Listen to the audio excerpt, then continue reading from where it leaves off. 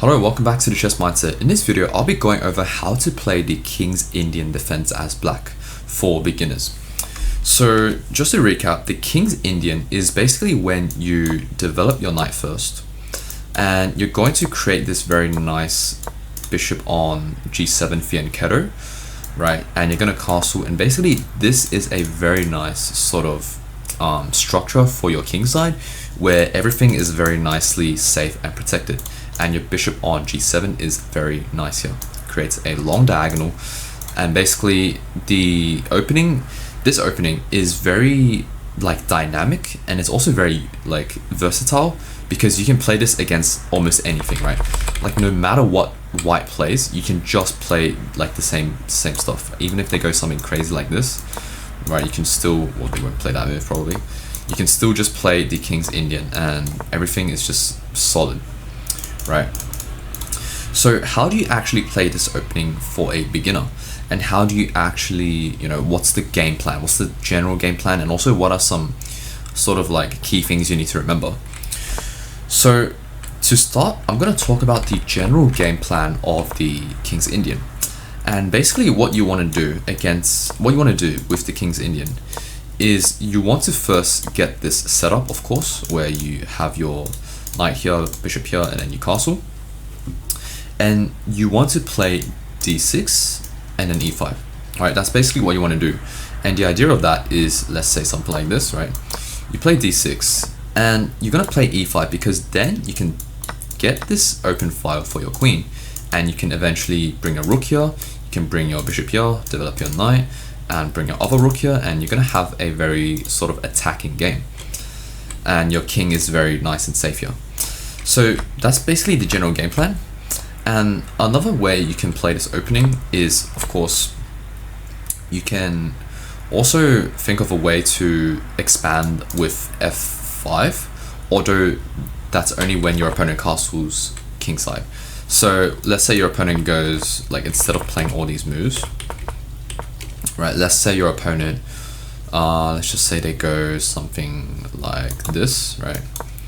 And they also play a sort of King's Indian defense, or the King's Indian setup, I should say. Well, it's the same thing, right? You're going to start to go for these attacks on the king side, right? And you're going to go for this e5 move. Now, right now you can't play because they'll take and you're going to lose a pawn. But you're going to, let's just say, develop your bishop here, something like this, right?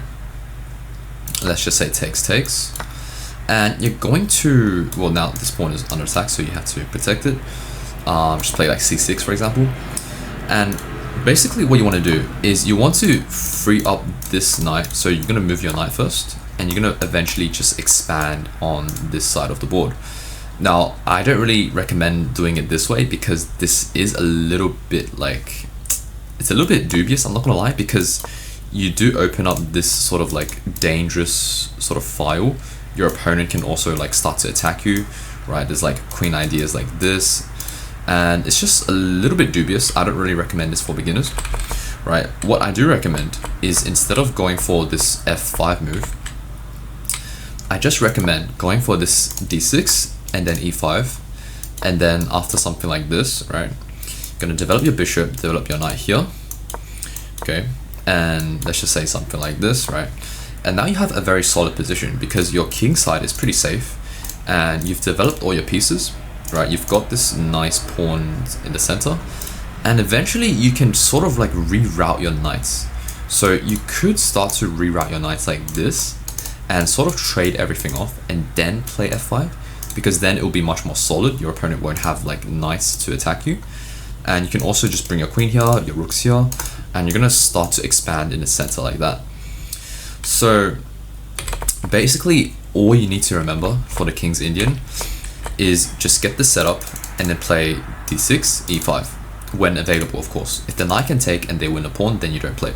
You usually would play rook here first. So something like this, for example, like let's just say something like this, right? You don't want to play e5 because they can take, and then they can take this pawn. So in this case, you want to play rook e8, and now you can actually play e5 because then you're going to have an extra defender for this pawn, right? So that's the general idea of the King's Indian. Now, a very important move that you need to remember, or a very important I guess move your opponent can make, is they can sometimes, right, if they ever play e4, then you don't really want to play knight here, because then they can push and kick your knight out of the way. So whenever your opponent plays e4, always remember, this is very important, play d6. And the reason why is because if they ever, let's just say they keep developing, right, if they ever push e5, well, now you can take. And this is a very common beginner mistake that white has, is pushing this pawn when you have a pawn on d6. And the reason why this is a mistake is because when you take and they take back, right, they think, oh, I'm attacking this knight, I must be winning, right? But you can just take this queen, and after they take back, you're gonna go knight here, and you're gonna threaten to fork their king and rook, right? And you're also threatening to take this pawn. So if they just play a random move like this to protect this pawn, now you can just go knight here and then take the rook, and you're gonna be winning. So always remember, right, whenever they play e4, and this doesn't have to happen on move 1, by the way, they can play e4 anytime. You can go like this, and after, let's just say something like this, right? If they play e4 here, it's still the same thing. Just play d6 to prevent this move. If they do it, then you just take, and now you can play something like knight e5, right? Of course, you can't take the queen now because the bishop's blocking the way. But you can just play knight here, and then if they take, then you're gonna have a very nice position. You're threatening to take this pawn, and you're gonna be winning basically. So yeah, just remember, against e4, you always want to just play d6, right, to stop this move. But other than that, you just have to repeat the same setup basically. Just play the same setup, knight here, right, g6, and then bishop here, and then castle, and then play d6, and then e5. And basically the game plan is very simple. So yeah, that's basically it for this video. Now obviously the King's Indian is a little bit theory heavy. It's not just you can do this straight away. There are some situations where you can't really do that, but in general that's what you want to do. And in most practical games, that is what you want to do, right? d6, e5, and then you're going to develop your knight here, bishop here to pin his knight, and yeah, the game just pretty much goes on from there, and you're going to have very nice attacking chances with pawn moves in the center, and eventually you can bring a knight here and then expand with f5 as well. So hopefully this video sort of gave you a general idea of how to navigate the King's Indian, for beginners especially, if you have no idea how to play this opening, and basically the game plan that you have in this opening. So if you enjoyed this video, then be sure to like and subscribe, and I'll see you in the next one. Goodbye.